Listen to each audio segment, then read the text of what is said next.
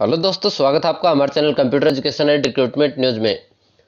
दोस्तों आज बात करेंगे अपन डूंगरपुर जिले की। शुरुआत करने से पहले अभी तक आपने हमारे चैनल को सब्सक्राइब नहीं किया तो चैनल को सब्सक्राइब कर दें और वीडियो अच्छा लगे तो अपने दोस्तों में जरूर शेयर करें।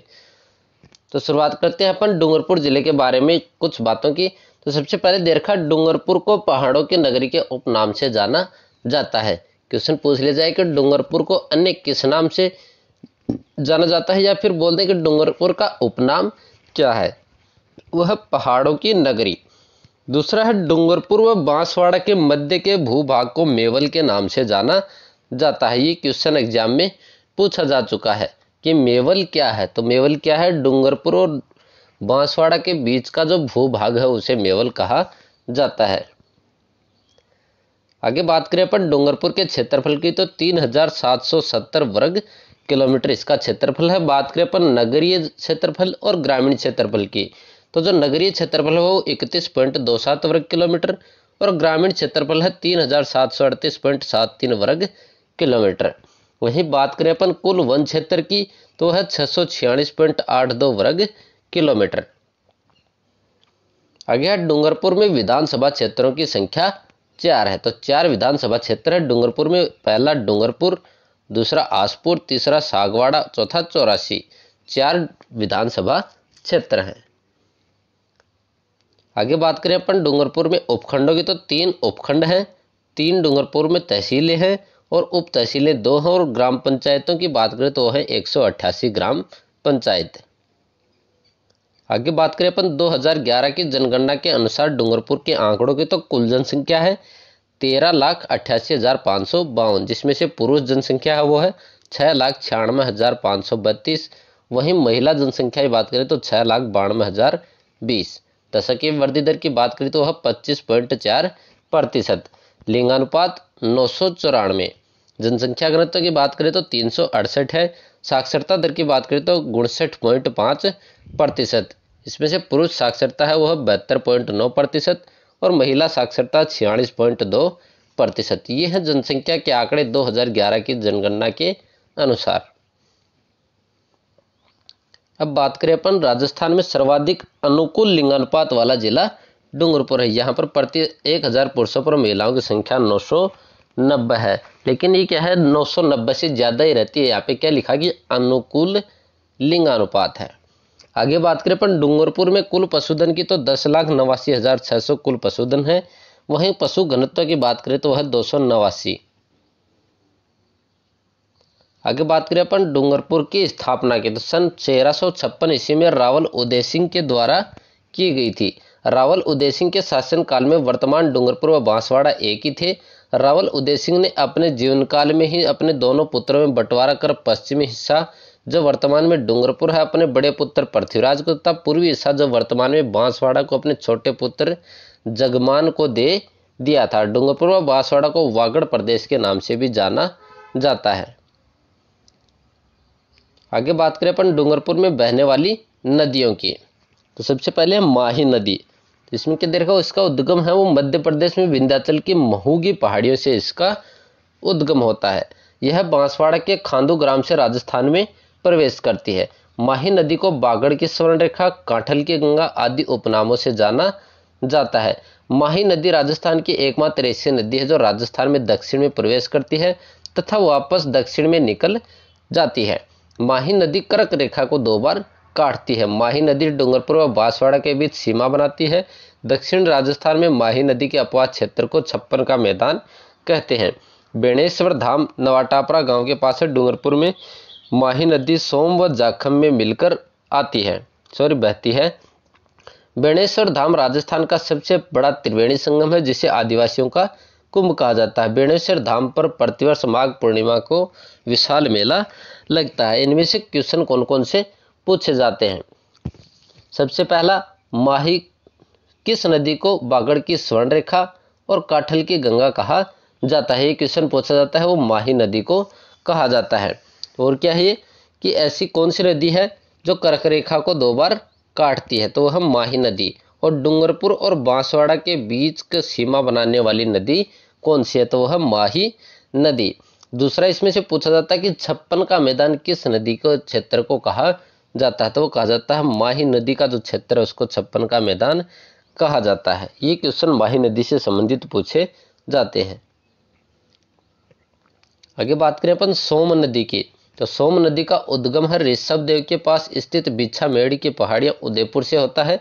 सोम नदी बेणेश्वर में माही नदी में मिल जाती है। सोम नदी उदयपुर और डूंगरपुर के बीच सीमा बनाती है। सोम कमला अंबा सिंचाई परियोजना डूंगरपुर में सोम नदी पर है। आगे बात करें अपन जाखम नदी और गेब सागर की, तो जाखम नदी वो क्या है, इस नदी का उद्गम छोटी सादड़ी तहसील प्रतापगढ़ के निकट भंवरमाला की पहाड़ियों से होता है। यह नदी डूंगरपुर जिले में बेणेश्वर धाम में माही नदी में मिल जाती है। आगे बात करें अपन गेब सागर की, तो गोपीनाथ ने इसका निर्माण किया था। इसे एडवर्ड सागर के नाम से जाना जाता है। इसके पास पुंजराज ने बादल महल बनवाया है। क्वेश्चन पूछा जाता है कि गेब सागर कहाँ पे है, तो गेब सागर तालाब ही कहाँ पे है, डूंगरपुर में है। इसको एडवर्ड सागर बांध के नाम से जाना जाता है। आगे है डूंगरपुर में मिलने वाले खनिज, तो डूंगरपुर में पारेवा पत्थर निकलता है। पारेवा पत्थर के लिए डूंगरपुर प्रसिद्ध है। दूसरा है लोहा, वो है तलवारा, डूंगरपुर से निकलता है। सीसा जस्ता है वो घुंघराव मांडो से। फ्लोराइड है वो मांडो की पाल से। आगे बात करें अपन संगमरमर की, तो नवागांव से। हरा ग्रेनाइट है वो डूंगरपुर से निकलता है। फ्लोरस्पार्स बेनिफिशियल संयंत्र है वो मांडो की पाल से निकलता है। अन्य खनिज हैं जो डूंगरपुर से निकलते हैं वो सोना, वोलेस्टोनाइट, यूरेनियम के भंडार भी डूंगरपुर में मिले हैं। आगे बात करें अपन ऐतिहासिक स्थल और मंदिरों के बारे में, तो संत मावजी का मंदिर सावला गांव में, इनको कृष्ण का कलियुगी अवतार माना जाता है। इस मंदिर में निष्कलंक मावजी की मूर्ति है। इन्होंने बेणेश्वर धाम की स्थापना की। संत मावजी द्वारा बागड़ी भाषा में लिखे गए उपदेश है वो चौपड़ा कहलाते हैं। मावजी ने निष्कलंक संप्रदाय की स्थापना की, जिसकी प्रधान पीठ है वो सावला में माही नदी के किनारे है। इन्हें विष्णु का कल्कि अवतार माना जाता है। इसमें याद रखने की बात है कि मावजी द्वारा बागड़ी भाषा में लिखे गए उपदेशों को क्या कहा जाता है, तो कहा जाता है चौपड़ा। दूसरा, निष्कल्क संप्रदाय की स्थापना किनके द्वारा की गई, वो की गई थी संत मावजी के द्वारा। और कहाँ पे की गई थी, सबला में की गई थी, माही नदी के किनारे।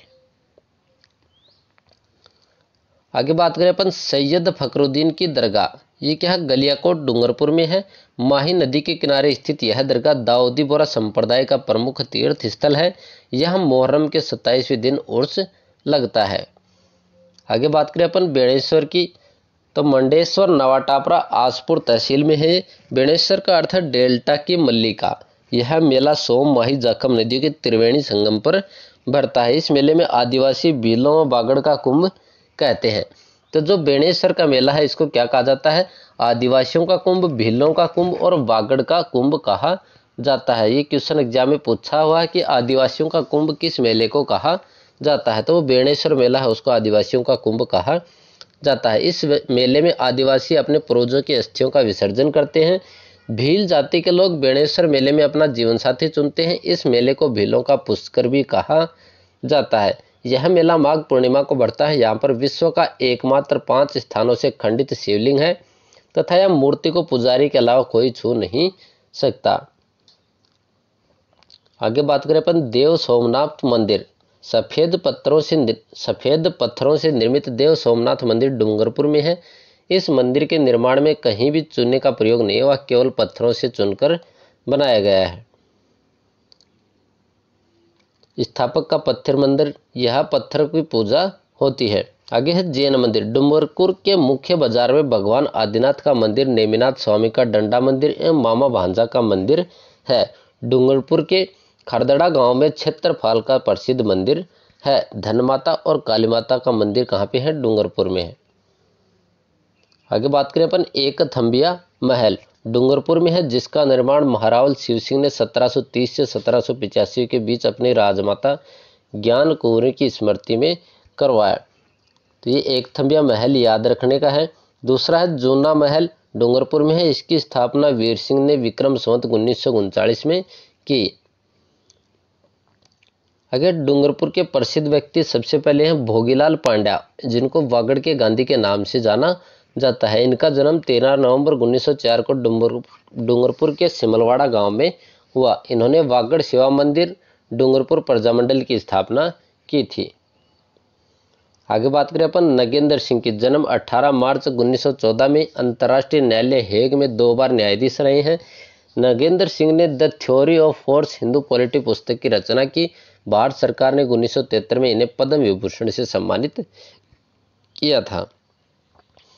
आगे हम महाराव लक्ष्मण सिंह। राजस्थान विधानसभा के अध्यक्ष रह चुके लक्ष्मण सिंह एक शिकारी के रूप में इनका नाम Guinness book of world record में दर्ज है। अफ्रीका के जंगलों में शिकार के लिए जाते थे। लक्ष्मण सिंह राजपूताना क्रिकेट टीम के कप्तान भी रहे हैं। आगे बात करें अपन गौरीबाई की। कृष्ण भक्ति के कारण इन्हें वागड़ की मीरा कहा जाता है। ये क्वेश्चन एग्जाम में बहुत बार पूछा जाता है कि वागड़ की मीरा किसे कहा जाता है, तो कहा जाता है गौरीबाई को। इनका जन्म डूंगरपुर के ब्राह्मण नगर परिवार में। इन्होंने कीर्तिमाला नामक ग्रंथ की रचना की। डूंगरपुर के महारावल शिव सिंह ने गौरी के बाई के प्रति श्रद्धा स्वरूप बालमुकुंद मंदिर बनवाया। आगे बात करें अपन कालीबाई, जिनके बारे में भी एग्जाम में क्वेश्चन बहुत बार पूछे जाते हैं। रास्तापाल गांव में अपने गुरु नाना भाई खाट को बचाने हेतु 12 वर्ष की आयु में जून 1947 को शहीद हो गई थी। इनका दाह संस्कार सुरपुर गांव में किया गया, जो कि गेब सागर बांध के पास है। राजस्थान की सबसे कम उम्र की महिला स्वतंत्रता सेनानी है कालीबाई।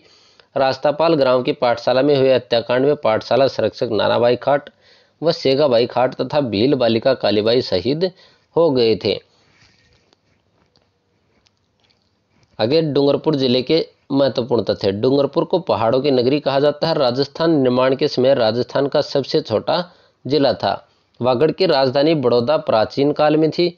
बड़ौदा गांव में संवत 1349 का महाराजा वीर सिंह देव के समय एक शिलालेख लगा हुआ है।